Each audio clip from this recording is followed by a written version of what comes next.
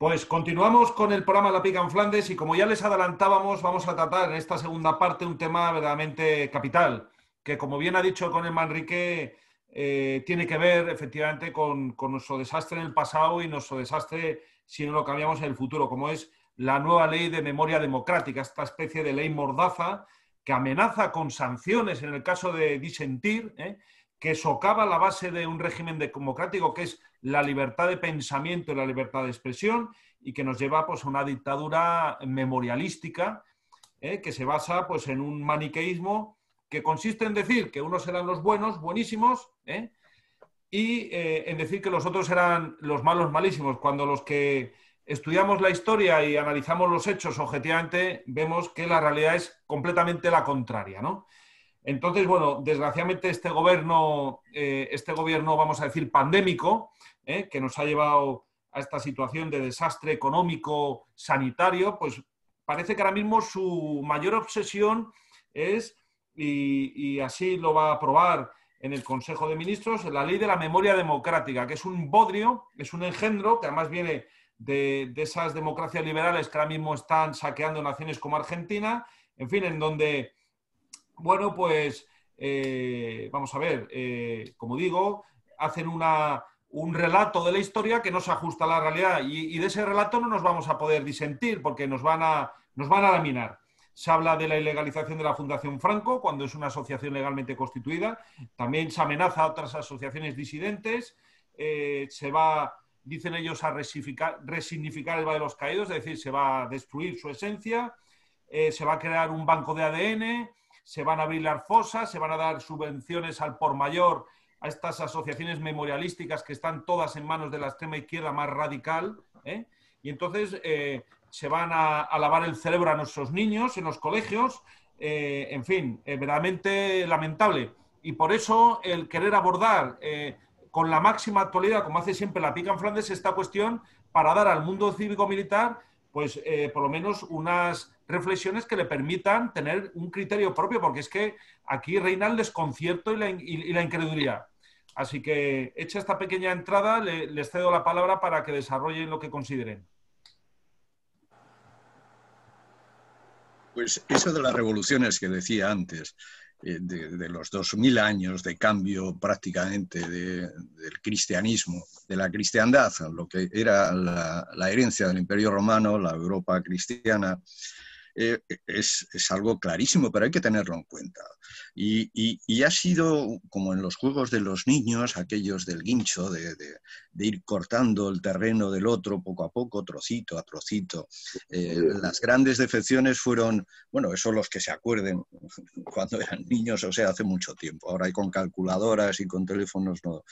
Pero en fin, el primero fue la primera gran tajada arrebatada a la cristiandad, fue Mahoma y la religión maometana, luego el protestantismo con el halo de modernidad, claro, el renacimiento. Pero a continuación ha sido una vida continua. La Revolución Inglesa, que puede decirse que se plasmó con la decapitación de Carlos I, del primer rey, en 1649, la Revolución Americana, eso de que se cree una nación sin reino, en 1776, absolutamente masónica por sus personajes y por sus organizaciones, la Revolución Francesa en 1789, y de ahí casi siempre saltamos a la rusa, pero hay todo un siglo XIX cuajado. En 1820 hay revoluciones en Nápoles, en España, en Grecia, y en 1834 igual en Francia, en Portugal. Van cayendo los reinos. En 1847-48 hay revoluciones prácticamente en toda Europa, todas también de corte ya prácticamente comunistas. Empiezan a hablar del socialismo y del comunismo. Bueno, luego en el periodo entre guerras, después de la Revolución rusa de 1917, están las que se suceden en Alemania, en Austria, en España. Nuestra guerra de liberación fue una guerra contrarrevolucionaria que no estalló la revolución descaradamente, pero que estaban en ello. En fin, hay que ver ese contexto. Entonces, y lo tremendo, el poder de esas fuerzas y cómo van cambiando la sociedad desde desde la época cristiana, de la época del Imperio Romano a nuestros días, a peor, claramente a peor.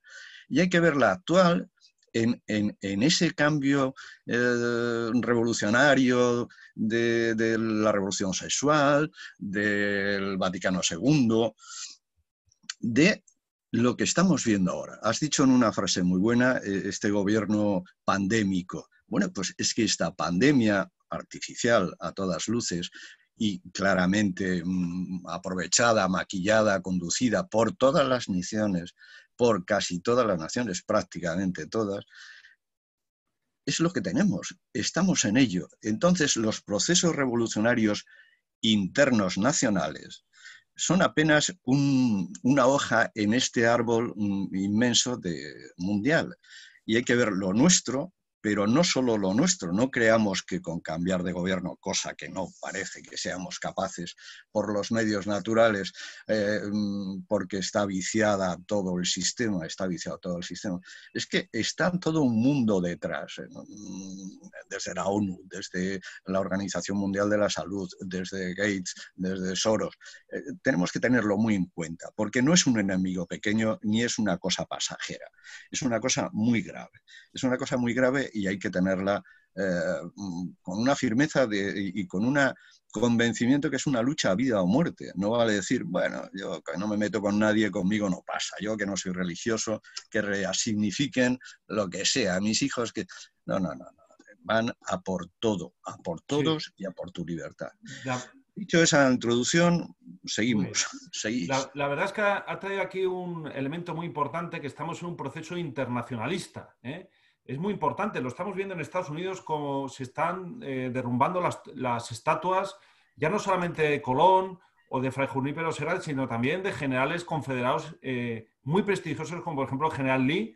Es un movimiento iconoclasta más, acompañado de una violencia exacerbada, porque realmente los movimientos memorialísticos aplican una violencia inaudita, o sea, una violencia, vamos a decir, casi precolombina, en formato de linchamiento, y en algunos casos ya hemos visto como con crímenes, con verdaderos linchamientos en Estados Unidos lo estamos viendo. O sea, es una situación que va de la mano de un proceso, vamos a decir, pseudo-revolucionario.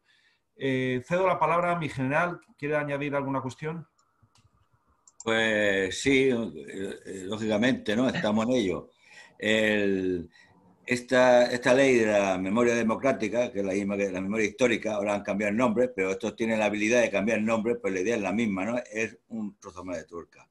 El problema que tiene no es Franco, porque esta ley va contra Franco. Aunque no puede ir contra una persona, está disimulada contra Franco.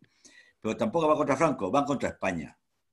¿Y qué representa a Franco? Pues Franco representa la unidad de España, ¿eh? Y por tanto atacan a la figura contemporánea a la que ha forjado la España moderna. Y es lógico porque el mismo Iglesias, que es comunista, ha dicho que odiaba a España, y ha dicho que le costaba trabajo decir España.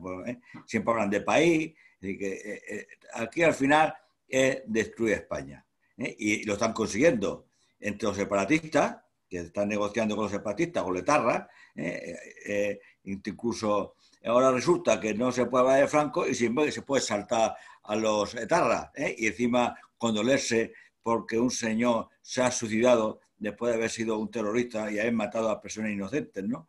Y esa es la gran contradicción que tiene ahora mismo España y que nadie reacciona.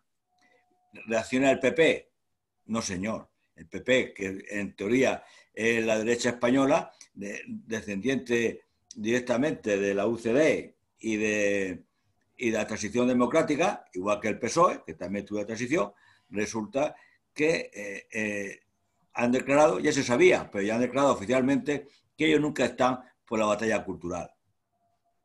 Y que no van a entrar en eso, van a estar por la gestión. Y ya sabemos cómo gestiona los fondos públicos, los fondos reservados y los fondos de interior, y los fondos de la URTE y de la Kitchen, y ya sabemos cómo gestionan las cosas, ¿no? Y el mismo ministro de Justicia, que era el señor Catalá, dijo que estaba muy orgulloso de la memoria histórica, ¿no? Entonces, ¿qué vamos a esperar de ese bando? Nada. Y además dice que son del centro. ¿Qué centro? El centro es una figura geométrica, una figura política. Entonces, claro, ellos van a buscar centro acercándose a la izquierda. Conforme el centro de gravedad se va hacia la izquierda, pues cada vez más a la izquierda, y al final van a terminar más a la izquierda que Podemos. Y después ya por último el papelón de la Iglesia Católica, que se va a quedar se ha quedado sin curas y ahora se va a quedar sin fieles, ¿eh? Y más ahora con la pandemia, ¿eh? Y sobre todo sin dinero, que es lo que más le duele, ¿no? Porque el que salvó la Iglesia Católica en España fue Franco, eso no hay que lo dude, ¿eh? La matanza sistemática el 18 de julio de una forma prevista, programada y con un procedimiento en toda la España que estaba bajo el poder del Frente Popular, se quemaron por el mismo procedimiento la iglesia, las imágenes, los objetos de culto y mataron sistemáticamente a todos los religiosos y los que iban a misa. Y eso Franco, la iglesia lo reconoció además públicamente, iba bajo palio. Y ahora, ¿dónde está esa iglesia? ¿Dónde está esa iglesia? ¿Dónde está? ¿Qué esperan de los fieles? Porque se han quedado dentro de poco sin bautizo. Pues sí. Pues fíjate que es que, fijaros que esta ley, pues es muy curiosa leer la exposición de motivos, porque es que dicen qué es lo que la provoca. Vamos, y sienta cosas que son completamente pintorescas, diría yo. Sienta la tesis de que el pasado debe ser recordado según los intereses de quienes ejercen el poder actualmente, sin importar nada lo que realmente ocurrió. El gobierno se atribuye la facultad de obligar a los ciudadanos a pensar lo que el propio gobierno considera que es bueno y a utilizar las expresiones que sean necesarias para imponerlo a los ciudadanos, que los convierte en súbditos al descartar a quienes piensan diferente, tachándolos de totalitarios y de antidemocráticos, con lo cual los declara susceptibles de sufrir pues, cualquier abuso de poder. A los vencidos de nuestra guerra civil se les considera ciudadanos de honor de este régimen, una especie de nueva aristocracia pues, cuya condición se extiende a sus descendientes. Se les declara beneméritos y acreedores de todo respeto y consideración. Pero oiga, que entre ellos hubo chequistas, torturadores, asesinos crueles y desalmados, ladrones del patrimonio nacional y de bienes particulares, que sometieron a los católicos y a sacerdotes y religiosos a una persecución horrorosa. Mataron a 7.000 curas y religiosos indefensos e inocentes. Pues nada, eso no importa. Eran enemigos del pueblo y fascistas. Bien merecidos se lo tienen, que los zurzan. A los que hay que ensalzar es a los que los exterminaron. En fin, dice este proyecto de ley también que esa división entre españoles y excelsos, que son los comunistas, socialistas y los compañeros de viaje, aquellos jacobinos, y los del bando nacional en la guerra civil, esos dos grupos, pues esa división hay que perpetuarla por todos los medios posibles y por los siglos de los siglos, haciendo crónica y consustancial con este régimen político, pues esta división de los españoles. Solo les ha faltado poner que el gobierno procurará mantener los odios entre españoles por todos los medios a su alcance. Verdaderamente es una ley que tiene que indignar no solo a los que pensamos distintos, tiene que indignar a cualquier persona que no haya perdido la imparcialidad, no haya perdido el norte, no haya perdido la capacidad de enjuiciar con sentido común las cosas. En fin, a mí me parece horroroso. Desde luego, si me permiten un par de minutos para hacer una serie de reflexiones antes de ceder la palabra al alférez Lara. Vamos a ver. Ha señalado la traición de la jerarquía de la Iglesia católica a Franco. me llama la atención mucho cuando se habla de la confesionalidad del régimen de Franco. La confesionalidad no era una mera declaración de que se desarrollaba como, se manifestaba como un Estado católico. Es que las leyes eran cristianas, eran de protección al más débil. Quiero traer a colación, por ejemplo, el Foro del Trabajo, donde se condenaba la usura explícitamente, se prohíbe todo tipo de usura. En el régimen del 78 es un régimen de usura, que la gente vive endeudada, entra a los fondos buitre, los desahucios abundan, cientos de miles de desahucios de gente necesitada. Es decir, la base del régimen de Franco, la base jurídica estatal, es una base cristiana. Por cierto, ¿por qué no están los boletines oficiales de las Cortes del periodo previo al año 77 para ver esas leyes y lo que se hablaba? Porque uno entra en la web del Congreso y solamente se encuentran las leyes desde el año 77. Es decir, vamos a dar transparencia, porque hay que saber qué es lo que se hablaba en esas Cortes, ¿eh? Y en esas Cortes se aprobaban leyes cristianas, ¿eh? Leyes que, como digo, condenaban la usura y se protegía a las personas más débiles, ¿no? Bien, dice, también llama la atención, y con esto acabo, de que se ha dado un trámite de audiencia pues, a las asociaciones, a personas interesadas para hacer propuestas. Yo hice mi propuesta, hay asociaciones afines que han hecho propuestas y no hemos recibido ninguna respuesta. No se han considerado, digamos, nuestras alegaciones a esa ley, solamente se ha debido considerar las asociaciones que gravitan en torno a los partidos de izquierdas, ¿no? Entonces, bueno, entonces esto que es un paripé. De hecho, en base a la ley de transparencia hemos pedido todos los informes y valoraciones a esas propuestas, porque la gente tiene que saber que esto se ha cocinado y que no es nada más que un paripé formal, ¿no? Entonces, simplemente llamar la atención a eso, al ocultismo, a la falta de transparencia que ha habido en esta gestión de esta nueva ley y, por último, que la gente no sea tonta, que analice las leyes del régimen de Franco. Es que ahí no se decía que había que comerse a niños, ni que había que asesinar al vecino. No, no, no. Es que son leyes que crearon una sociedad que desarrolló el pleno empleo, falta de deuda pública, no estábamos endeudados, y que creó 5 millones de viviendas sociales. Que vamos, o sea, era un régimen cristiano, o sea, y esto es desde luego lo dramático para los católicos, que el Vaticano pues se ponga de perfil y vaya a permitir una nueva profanación de lo que es el Valle de los Caídos, siendo un recinto religioso y protegido por tratados internacionales. Pero bueno, al final el Vaticano ya sabemos en qué posición está. Bueno, mi Alférez, ¿quiere desarrollar alguna cuestión, por favor? No, bueno, ya no da tiempo para nada, pero sí quería recordar que la misa del 20 de septiembre tradicional este año va a ser en la Catedral Castrense, no en la Iglesia de Santiago, y será el domingo día 20 a las 12:30 de la mañana, para los que quieran asistir y puedan hacerlo. Nada más que era eso. Será una ceremonia bonita, conmemorativa, centenario, es suficiente motivo, aparte de que todos los 20 de cada mes se celebra esta misa. Solamente decirlo, para los que no lo supieran. Muy bien, muchísimas gracias. Pues ¿cuál es la postura del PP con respecto a esta memoria, a esta ley de la memoria histórica o memoria democrática?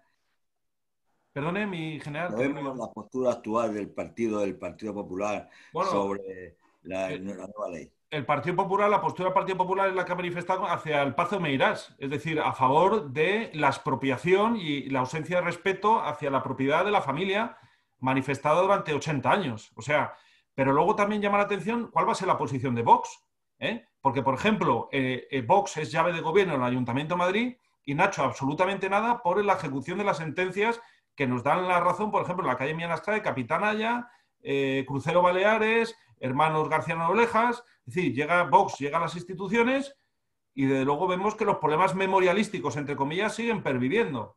Entonces, realmente la posición, yo creo que la verdadera resistencia a esta ley no va a estar dentro del Congreso de Diputados, sino que una vez más nos va a tocar a los españoles y asociaciones el dar la batalla, cosa que es notoriamente injusto, porque si votamos, en mi caso yo que soy votante Vox, es porque pido que Vox dé esa batalla, pero que la dé, y allí donde tenga la posibilidad de ganar, que consuma la victoria. Es que yo no sé qué pasa con el señor Ortega Smith, que es el máximo representante de Vox en el Ayuntamiento de Madrid, y que decía que la calle Millán Astray había que reponerla cuando Vox era un partido marginal, ahora está cruzado de brazos y en otras cuestiones, y pegando tiros, cuando realmente lo que tiene que hacer es que repongas esa calle porque lo dice una sentencia.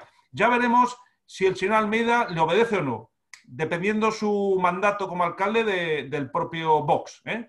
Pero es que al final lo que vemos es que nuestra representatividad política, yo lo digo como votante de Vox, al final es cada vez una decepción mayor. Un matiz, aparte de esto que habéis dicho, incluso efectivamente constatar que no solo la derecha PP no hace nada, sino juega en el bando contrario, a veces Vox tampoco juega. Pero bueno, hay una moción de censura que está por ahí en marcha, que es el único. Pero el problema es que tenemos que ser conscientes de la gravedad absoluta del asunto. Está destrozado el Estado de Derecho en todos los niveles, no solo en la cuestión del Valle de los Caídos, cementerio militar, monumento, en la práctica monumento a la reconciliación, que atesora del orden de 60, 70 beatos, cuyas reliquias se está diciendo y se va a permitir supuestamente, Dios no lo quiera, por parte de la autoridad eclesial, el que se sumen y se tiren y se mezclen. Estamos ante una situación aterradora y además somos víctimas de nuestra debilidad. La Fundación Francisco Franco puede ser que la ilegalicen, pero la ilegalizarán ante la tremenda traición del Poder Judicial y de todos, incluido nosotros, incluido ellos, porque cuando exhumaron, profanaron la tumba del Generalísimo, robaron el cadáver a la familia y lo depositaron en patrimonio, en un panteón de patrimonio nacional, no de la familia, en el Pardo.